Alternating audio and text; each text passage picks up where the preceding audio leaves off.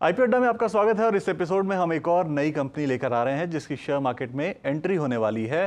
Company का नाम है एरिस इंफ्रा सॉल्यूशन और ये जो आईपीओ है उसकी पहले बेसिक डिटेल समझते हैं, फिर मैनेजमेंट के पास चलेंगे और समझेंगे कि बिजनेस क्या है, फ्यूचर के प्लान्स क्या हैं, ग्रोथ को कैसे फ्यूल करेंगे। ये सारी चीज़ें आपके सारे सवालों के जवाब लेकर आएंगे। पहले बेसिक डिटेल समझते हैं। तो आईपीओ खुल रहा है 18 जून को, क्लोज होगा 20 जून को। इस आईपीओ का जो इशू प्राइस है वो 210 से 222 रुपए का है और जो फ्रेश इशू है वो 499 करोड़ के आसपास का है, यानी टोटल आप देखें तो 500 करोड़ के आसपास का इशू है। ओएफएस नहीं है तो टोटल इशू साइज भी 500 करोड़ का ही है। अब कंपनी करती क्या है? कंपनी जो है वो B2B टेक्नोलॉजी इनेबल्ड कंपनी है जो फोकस करती है प्रोक्योरमेंट प्रोसेस पे कंस्ट्रक्शन मटेरियल के। तो थोड़ा कॉम्प्लिकेटेड सा लग रहा है लेकिन बिजनेस को समझेंगे कंपनी के टॉप मैनेजमेंट से तो थोड़ा आसान समझ में आएगा कि करते क्या हैं और फ्यूचर के प्लान्स क्या है, कैसे वो ग्रोथ को लाने वाले हैं। तो इस वक्त कंपनी के टॉप मैनेजमेंट से मेरे साथ रौनक मोरबिया हैं जो चेयरमैन और मैनेजिंग डायरेक्टर हैं कंपनी के। रौनक जी, बहुत स्वागत है आपका एनडीटीवी प्रॉफिट हिंदी पर। और मेरा पहला सवाल आपसे यही है कि कंपनी के बिजनेस के बारे में थोड़ा सा समझाइए आसान तरीके से कि कंपनी का बिजनेस क्या है, आपके फंक्शंस क्या हैं, आप क्या करते हैं और कंस्ट्रक्शन मटेरियल्स का जो ये प्रोक्योरमेंट का प्रोसेस है वो आप कैसे चलाते हैं। शुक्रिया मुझे ये मौका देने के लिए। कंस्ट्रक्शन हम सब जानते हैं इंडिया की ग्रोथ स्टोरी का बैकबोन है। हम आजू बाजू हमारे इर्द गिर्द सब जगह देखते हैं कि there is a lot of infrastructure projects. Highway बन रहा है, मेट्रो बन रहा है, रोड्स बन रहे हैं, कमर्शियल होम्स बन रहे हैं। बट ज़्यादातर लोग ये नहीं समझते कि इनको एग्जीक्यूट करने के लिए और ये मटेरियल्स पहुंचाने के लिए जो चैलेंजेस होते हैं और जो मुश्किलें आती है almost on a daily basis कि ये मटेरियल्स टाइम पे पहुंच जाए, ये बहुत टाइम से ये प्रॉब्लम रहा है और हम ये इंडस्ट्री में है ये प्रॉब्लम को सॉल्व करने के लिए। हम कंस्ट्रक्शन मटेरियल सप्लाई को आसान करते हैं, सिंपल करते हैं और हम इनको डिजिटाइज भी करते हैं। एंड हम ये इंश्योर करते हैं कि जितनी भी कंस्ट्रक्शन साइट्स चल रही है अक्रॉस इंडिया, जहाँ पर भी हम प्रेजेंट है, हम टाइम पे मटेरियल पहुँचाएं ताकि इनका एग्जीक्यूशन जर्नी आसान हो और प्रोजेक्ट टाइम पे ख़त्म हो सके। आपने डिजिटाइजेशन का जिक्र किया, तो डिजिटाइजेशन कंस्ट्रक्शन मटेरियल की प्रोक्योरमेंट में कैसे हेल्प करता है? मैं उस पूरे फंक्शन को समझना चाहता हूँ। डिजिटाइजेशन का मतलब क्या है यहाँ पर? कंस्ट्रक्शन मटेरियल के बिजनेस में दो चीज़ें होती है। एक होता है ऑन ग्राउंड एग्जीक्यूशन, जहाँ पर हमारी टीम्स कोऑर्डिनेशन करती है, मटेरियल सोर्स करती है, क्वालिटी मॉनिटर करती है और डिलीवर करती है। और सेकंड बहुत ही ज़्यादा इंपॉर्टेंट रोल जो होता है वो बैक ऑफिस का होता है। ये मटेरियल्स बहुत हाई वैल्यू होती है, फ्रीक्वेंसी ज़्यादा होती है, क्वांटिटी भी ज़्यादा होती है। तो इसको मैनेज करने के लिए सारा रिकॉर्डिंग, पेपर वर्क, जितनी भी चीज़ें हमको रिकॉर्ड करके इनवॉइसेस जनरेट करनी होती है, डिलीवरी चालान्स होते हैं, बहुत सारी डॉक्यूमेंट्स होती है, ये सब नॉर्मल तौर पे आज भी बड़ी बड़ी कंपनियां मैन्युअल में करती है, पेपर वर्क से करती है। और ये सारा मैनेज करने के लिए हमने टेक्नोलॉजी बनाया हुआ है सो दैट हम ये प्रोसेस पे जो ह्यूमन डिपेंडेंसी है उसको कम कर सके, ऑटोमेट कर सके और डिजिटाइजेशन के जो फ़ायदे हैं उसको हम ला सके कंपनी में, ताकि हमारी प्रॉफिटेबिलिटी जहाँ हम ग्रो करें वो एनहांस हो जाए। एंड दैट इज़ वो हम बेसिकली हमारा फोकस हुआ है। तो एक सिंपल वे में बोलूँ तो हम ये बिज़नेस करते हैं proper combination of on ground execution and technology. IPO पर वापस आते हैं। आईपीओ आप लेकर आ रहे हैं, लिस्ट होने की योजना है आपकी। इस फंडिंग के पीछे आप क्या प्लान लेकर आ रहे हैं, आप क्या करने वाले हैं इन जुटाए हुए पैसों से? लिस्ट होने के पीछे क्या मकसद है आपका? यस तो हमको अभी 4 साल के ऊपर हो गया है। हमारा मॉडल प्रूवन है, बहुत स्ट्रॉन्ग फंडामेंटल्स के बेस से आ रहे हैं हम। 4 सालों में हमने काफ़ी स्ट्रॉन्ग रिलेशनशिप्स बनाए हैं, नेटवर्क भी बहुत स्ट्रॉन्ग है वेंडर साइड पे, कस्टमर साइड पे, और हमारा एग्जीक्यूशन वो हमारा एक्सपीरियंस रहा है इंडस्ट्री में। हम इसको अभी स्केल करना चाहते हैं और ये एक बहुत बड़ा रीज़न है जिसके लिए हम आईपीओ कर रहे हैं। मेनली हमारा एक ही आइडिया है कि हम हमारे ग्रोथ को फंड कर सकें। ये इंडस्ट्री बहुत ही बड़ी है, यहाँ पर ज़्यादातर प्लेयर नहीं है, अपॉर्चुनिटी बहुत बड़ा है हमको ग्रो करने के लिए। और अगर हम इसी तौर पे आगे बढ़े तो हमारी ये आशा है कि हम अपने इन्वेस्टर्स को रिटर्न्स दे पाएंगे। एंड हमने जो हिस्टोरिकली भी किया है लास्ट 2 साल में, हमारा प्रॉफिट बहुत ही अच्छा रहा है। EBITDA margins close to 37 crore था हमारा लास्ट FY24 में, और अभी 9 महीने में हमने एडजस्टेड जो हमारा ऑपरेटिंग प्रॉफिट है वो 45 करोड़ के आसपास रिकॉर्ड किया है।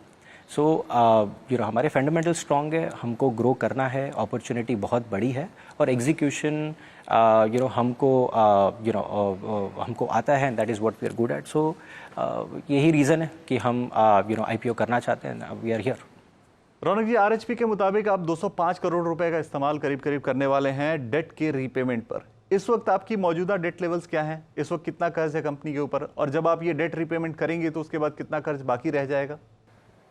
सो अभी फ़िलहाल हमारा नेट डेट करीबन 250 करोड़ के आसपास है, और हम ऑलमोस्ट 204 करोड़ का डेट रीपेमेंट कर देंगे थ्रू IPO प्रोसीड्स। तो हमारी बैलेंस शीट काफ़ी स्ट्रॉन्ग हो जाएगी, इंटरेस्ट कॉस्ट काफ़ी कम हो जाएंगे। सो वो हमको बहुत फ़ायदा देगा रिटर्न्स में भी। एंड आइडिया यही है कि हम जितना बड़ा बेस बना सके आगे, हमको उतना ही स्केल करने में थोड़ी मदद हो जाएगी। हमने जितना भी अभी तक बनाया है बहुत स्ट्रॉन्ग फाउंडेशन बनाया हुआ है। बहुत सारे कॉन्ट्रैक्टर्स को हम आज बड़े बड़े कॉन्ट्रैक्टर्स और डेवलपर्स को मटेरियल सप्लाई करते हैं। हमारे वेंडर नेटवर्क बहुत ही स्ट्रॉन्ग हो रहे हैं, एंड इसके तौर पे हमारा स्केल बहुत ही अच्छा रहा है, प्रॉफिटेबिलिटी बहुत स्ट्रॉन्ग रही है, और हमको यही बात पे कैपिटलाइज करना है आगे जाके। थोड़ा मैं आपके बिजनेस की मौजूदगी और प्रेजेंस के बारे में भी समझना चाहता हूं कि इंडिया के मैप पर आप इस वक्त अभी किन किन राज्यों में हैं। मैं जहां तक देख पा रहा हूं आपके बैलेंस शीट में और आपके PNL में, आपका जो मेजर कंट्रीब्यूशन है वो महाराष्ट्र, तमिलनाडु और कर्नाटक यानी 3 राज्यों से है। टॉप 3 स्टेट्स जो हैं वो आपके कंट्रीब्यूशन के लिए ये हैं। तो इसके अलावा और कौन से स्टेट्स हैं जहाँ से आप बिजनेस लाने की सोच रहे हैं, या जहाँ पर आप बिजनेस एक्सपेंड करने के बारे में प्लान कर रहे हैं? यस, हमने चालू किया था मुंबई से, महाराष्ट्र से, जहाँ पर हमारा करीबन 90% बिजनेस आ रहा था। हमको ये मॉडल यहाँ पर बहुत स्ट्रॉन्ग रहा, तो हमने सोचा कि इसको हम रेप्लिकेट करेंगे, लेकिन जहाँ पर हमको अच्छी अपॉर्चुनिटी मिले, जहाँ पर अच्छे इंफ्रास्ट्रक्चर प्रोजेक्ट्स हो, और जहाँ पर हम अच्छे कस्टमर के साथ काम कर सकें। सेकेंड बेस हमने साउथ में बनाया, तमिलनाडु एंड कर्नाटक का। आपने जैसे बोला, that is our strong base. हमारा दूसरा एरिया जो बहुत स्ट्रॉन्ग है वो साउथ है। हम नॉर्थ में भी प्रेजेंट है, हालांकि छोटा प्रेजेंस है अभी भी वहाँ पर। तो हम ये कॉन्शियसली ग्रो नहीं कर रहे कि हमको हर रीजन में जाना है, बट हम अपॉर्चुनिटी की तलाश करते हैं जहाँ पर हमको लगता है कि अच्छे बड़े कॉन्ट्रैक्टर्स और डेवलपर्स एग्जिस्ट कर रहे, अच्छे प्रोजेक्ट्स है, और जहाँ पर हमको एंटर होना है और हमको लगता है कि हम वैल्यू ऐड कर सकते हैं, हम वहाँ पर जाना चाहते हैं, और हम वैसे ही हमारा ग्रोथ प्लान कर रहे हैं। आपने बड़े क्लाइंट्स की बात की। अगर आपके पास क्लाइंट्स की परमिशन हो और आप डिस्क्लोज करना चाहें तो मैं जानना चाहूँगा कि रियल एस्टेट इंफ्रा के आपके पास कौन कौन से बड़े क्लाइंट्स हैं, अगर आप कुछ नाम बताना चाहें तो। हाँ, अनफॉर्चुनेटली परमिशन नहीं है, एक प्रोसेस होता है तो नाम नहीं लेना चाहूँगा, बट ज़्यादातर बहुत बड़े बड़े जो इंडिया में कॉन्ट्रैक्टर्स प्रेजेंट है, हम काफ़ी कॉन्ट्रैक्टर्स में प्रेजेंट है, काफ़ी प्रोजेक्ट साइट्स, मल्टीपल साइट्स में हम मटेरियल सप्लाई कर रहे हैं। ये मटेरियल्स बहुत ही चैलेंजिंग मटेरियल्स है। जैसे कि एक अगर एग्जांपल दूँ तो आज रोड बनाने में जो पत्थर, खड़ी, सैंड, कपची ये सब लगता है, या तो फिर कंक्रीट लगता है, या ब्लॉक्स लगते हैं, ये सारी चीज़ें ऑपरेशनली बहुत चैलेंजिंग होती है। इनको डिलीवर करने के लिए बहुत सारा coordination, paper work, sourcing, quality monitoring, ये सब लगता है।